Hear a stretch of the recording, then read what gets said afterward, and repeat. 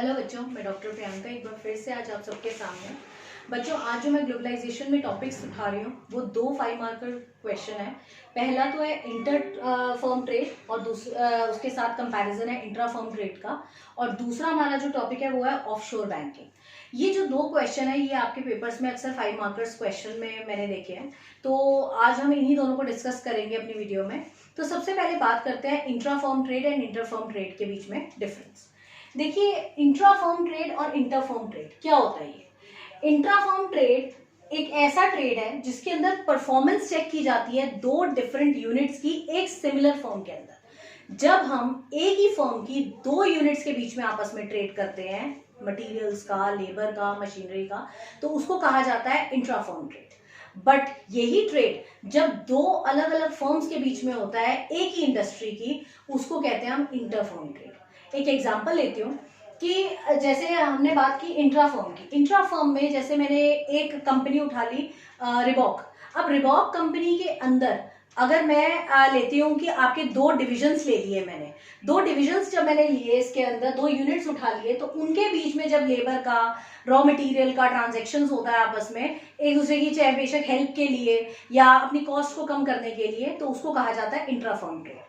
But यही चीज जब मैं इंटर फर्म ट्रेड के अंदर देखती हूँ तो इसमें हम एक शू मेकिंग इंडस्ट्रीज जो इंडस्ट्री आती है हमारी, तो उसमें बहुत सारे जैसे रिबॉक, एडिडास, बहुत सारे फर्म्स हैं।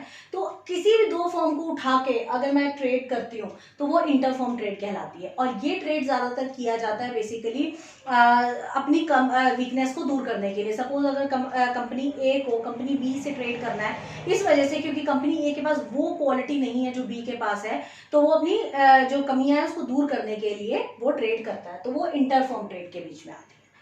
अब इसके अंदर 2 डिवीजन या 2 डिपार्टमेंट के बीच में ट्रेड होता है, इसमें 2 फर्म ऑफ सेम इंडस्ट्री के बीच में ट्रेड होता है।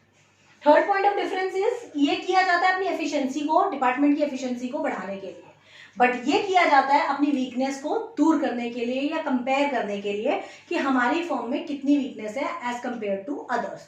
तो बेसिकली ये इंट्रा फर्म और इंटर फर्म के बीच में आपका डिफरेंस हो गया। 5 नंबर के क्वेश्चन के लिए 3 पॉइंट्स बहुत है। थोड़ा सा आप इंट्रोडक्शन कंक्लूजन के साथ इसको लिखेंगे तो ये 5 मार्कर के लिए रेडी हो जाएगा। बात करते हैं दूसरे क्वेश्चन की जिसका नाम है offshore banking. What do you mean by offshore banking? बच्चों, नॉर्मल बैंकिंग तो आपने सुना होगा कि बैंकिंग होती क्या है। बैंकिंग कोई भी एक ऐसी एक्टिविटी होती है जिसके अंदर पैसों का लेन देन होता है या लोन्स देना और एडवांस देना के इसमें एक्टिविटी की जाती है। बट ऑफशोर बैंकिंग एक कंप्लीटली अलग फिनोमिना है। Normal banks banking regulation act के अंडर रजिस्टर्ड होते हैं, बट ये जो ऑफशोर बैंकिंग है ये एक ऐसा बैंकिंग सिस्टम है जिसके अंदर बैंक्स जो होते हैं इंटरनेशनल बैंकिंग लाइसेंस के अंडर एस्टैब्लिश्ड होते हैं। इनका कोई रजिस्ट्रेशन नहीं होता बैंकिंग रेगुलेशन के अंडर।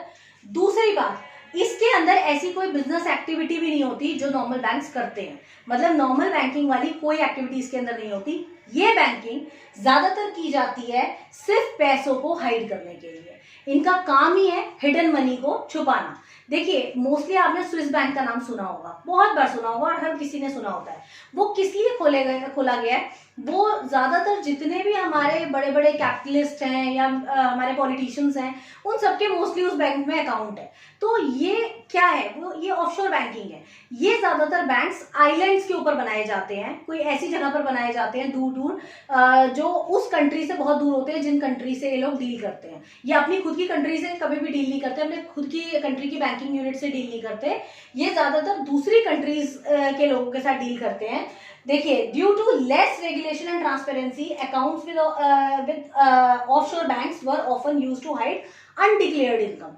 जिन लोगों के पास ऐसी इनकम है जिसको हम ब्लैक मनी भी कह सकते हैं, अनडिक्लेयर्ड इनकम मतलब जो हम सरकार की नजर में नहीं डालते हैं इनकम, वो इनकम को हाइड करने के लिए, टैक्स से बचाने के लिए हम इन बैंकों में खाते खुलवा के पैसे डाल सकते हैं। आपके हमारे जैसे नहीं है, ऐसे बहुत सारे लोग हैं जिनके पास अरबों खरबों में पैसा है, तो वो लोग इन बैंकों में अपने पैसों को हाइड करते हैं। इसका सबसे बेस्ट एग्जांपल है पनामा, स्विट्जरलैंड में ज्यादातर लोग अपने टैक्स को बचाने के लिए ये बैंकिंग का यूज करते हैं। तो टैक्स एग्जेम्पशन इसका मेन पर्पज है ऑफशोर बैंकिंग का। तो ये दोनों ही क्वेश्चन आपके 5 मार्कर्स के पॉइंट ऑफ व्यू से बहुत इंपॉर्टेंट है। आप इन दोनों को क्वेश्चंस को अच्छे से तैयार कर सकते हैं। तब तक के लिए मेरे चैनल को सब्सक्राइब करें और मेरी वीडियो को यूं ही लाइक करें। Thank you.